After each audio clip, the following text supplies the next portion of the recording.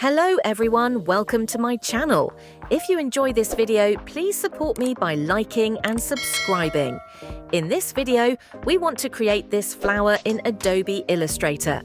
In the first step, I create a square using the rectangle tool. Then, I use the direct selection tool to adjust two anchor points as shown in the video.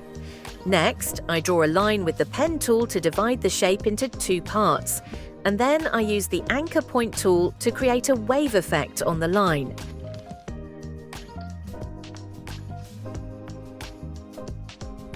After that, I utilize the Shape Builder tool to convert each part of this shape into an independent form.